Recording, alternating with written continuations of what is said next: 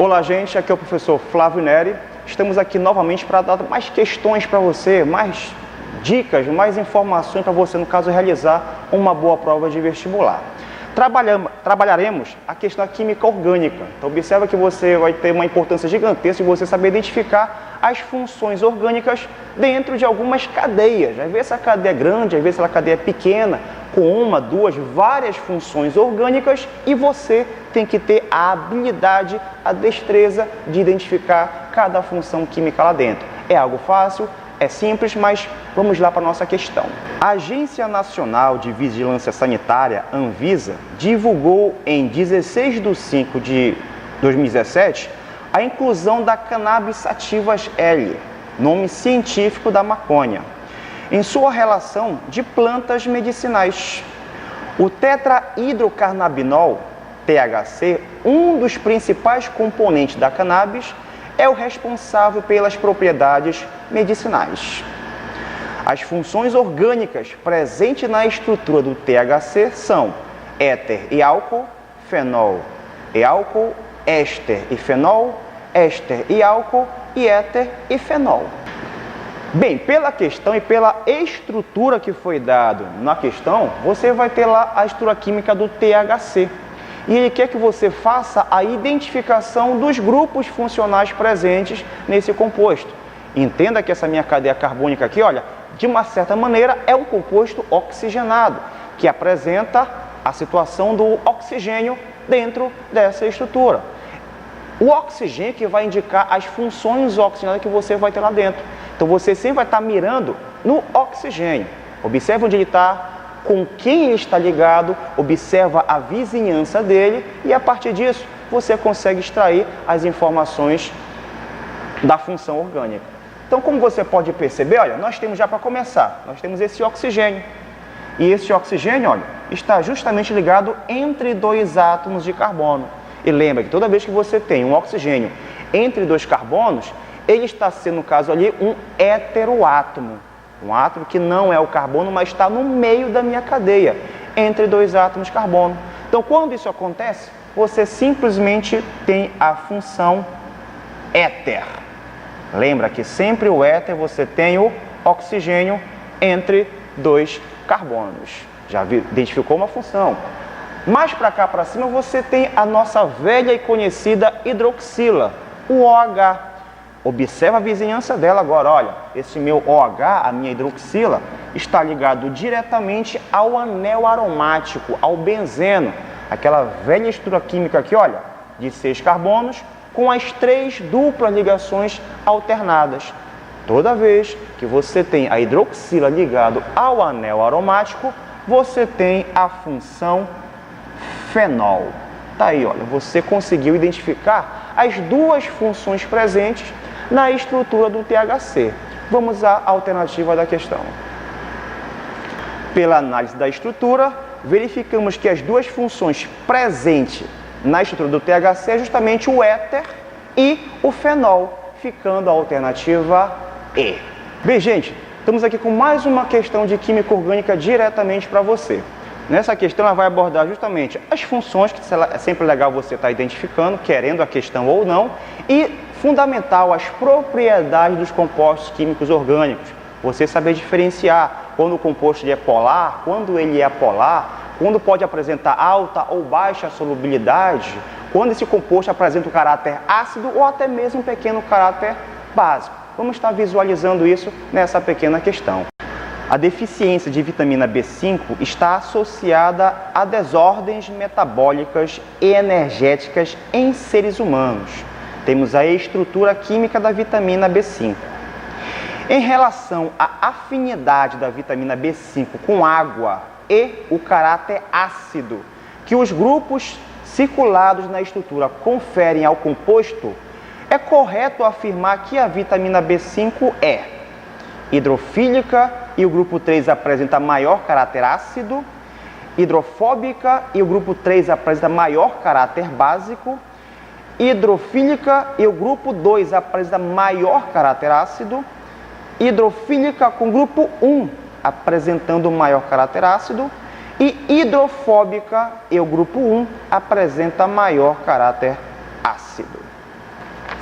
Analisando a nossa estrutura, você observa que a vitamina B5 ela tem basicamente 3 grupos funcionais. Temos o nosso álcool aqui, olha, ligado a essa cadeia carbônica.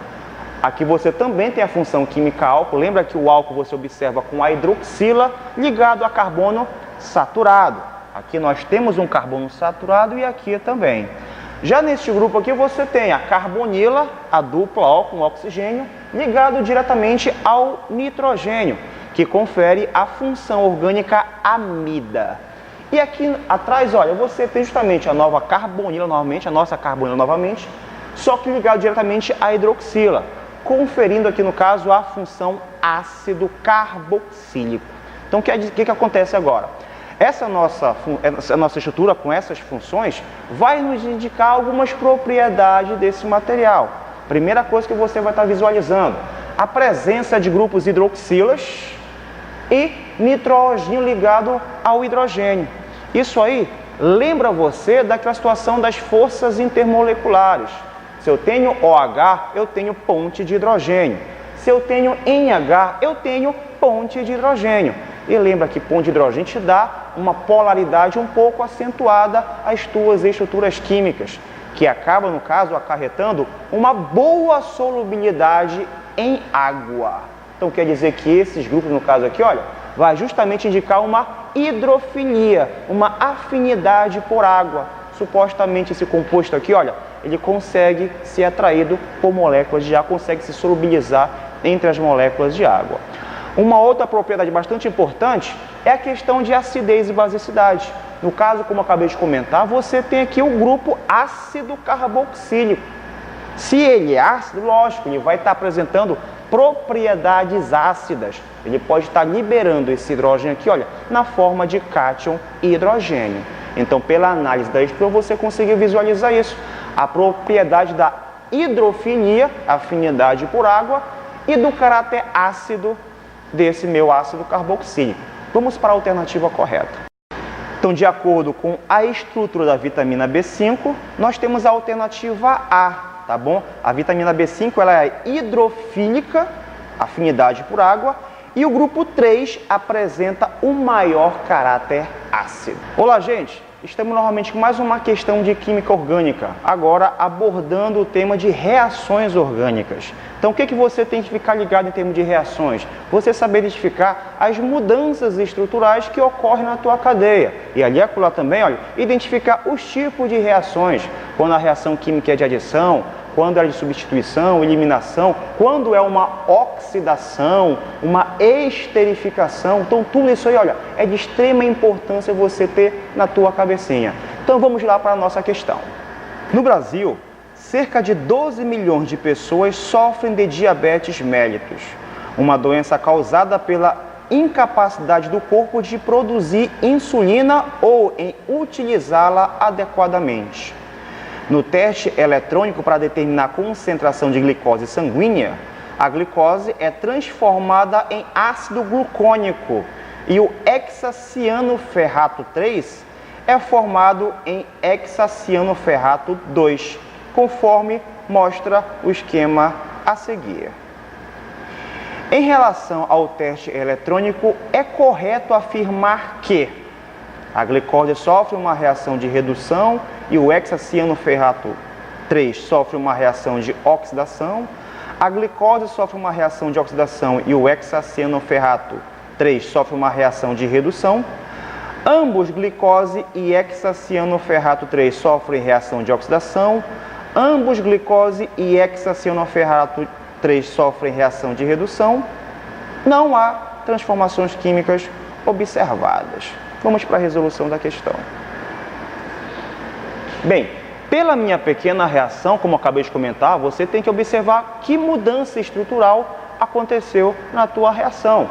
Então, nós temos aqui a nossa estrutura primordial, aqui, olha, onde você consegue perceber várias funções orgânicas, não é isso? Você tem várias hidroxilas indicando a presença de álcool, e aqui na ponta da minha cadeia você tem justamente o grupo aldeído, carbono ligado duplamente com oxigênio, carbonila, e a presença do hidrogênio. Esse composto vai reagir aqui, olha, com o nosso ferro para poder formar essa nova estrutura. Parece igual, né? Mas tem uma diferença gigantesca dentro dela. Ela continua com as funções álcool, só que agora, olha, no final da minha cadeia eu tenho agora a função ácido carboxílico. Então o que você tem que se ligar, cara? Observa lá comigo. Aqui você tinha um aldeído, somente o hidrogênio ligado à carbonila. Agora você tem o ácido carboxílico, a hidroxila ligado à carbonila. Não há de se pensar que entrou oxigênio na tua cadeia. Aqui era só o hidrogênio, agora você tem o oxigênio com o hidrogênio. E lembra que entrada de oxigênio na tua cadeia carbônica indica oxidação. Então quer dizer que aqui você está tendo uma reação química de oxidação. O nosso aldeído foi oxidado a ácido carboxílico. Isso aqui em termos de química orgânica, mas em termos de oxirredução, lembra? Se o composto orgânico está sofrendo a oxidação, alguma outra coisa vai estar reduzindo, que é o que acontece com o nosso ferro.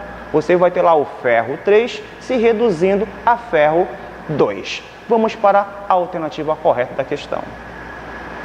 Pela análise da estrutura da reação química, né, ficamos com a alternativa B, onde a glicose sofre uma reação de oxidação devido à entrada do oxigênio e o hexacianoferrato 3 sofreu uma reação de redução, a alternativa B.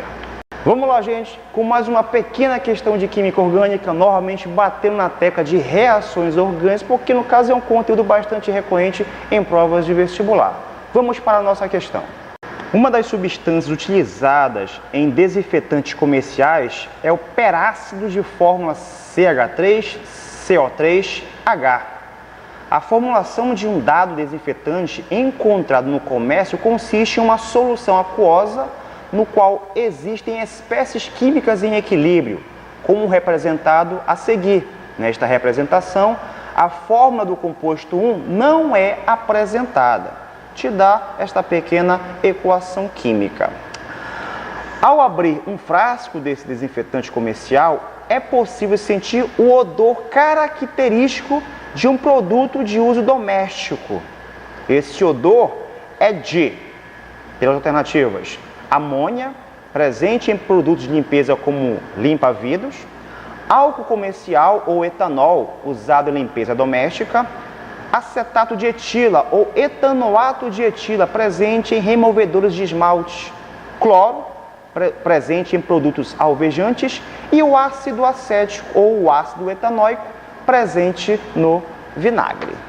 Então, pela análise da nossa reação química, você simplesmente vai estar analisando, visualizando o que aconteceu, qual foi a diferença estrutural que aconteceu na tua cadeia. Lógico, você não tem o composto 1, mas você entende que você tem lá o perácido reagindo com a água, formando o nosso composto 1 e a liberação de água oxigenada, peróxido de hidrogênio. Então, supostamente, uma aplicação bem lúdica da coisa, olha, você consegue perceber que simplesmente, olha, você tinha água, H2O, e lá do outro lado apareceu H2O2, ou seja, a entrada de oxigênio na molécula de água. Há de supor que esse oxigênio de entrada aqui, olha, veio justamente do nosso perácido.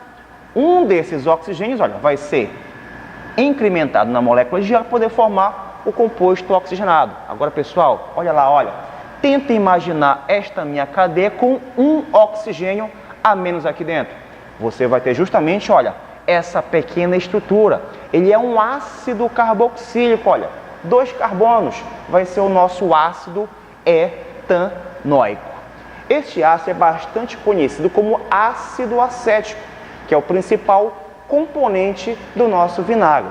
Vamos lá ver a nossa alternativa correta. Então, pela análise da nossa reação química, né, o nosso composto 1, né, esse odor característico, vai ser responsável pelo ácido acético ou ácido etanóico, presente no vinagre, ficando aí a alternativa E. Ok, gente, ficamos por aí. Até o próximo vídeo. Um grande abraço e tchau, tchau.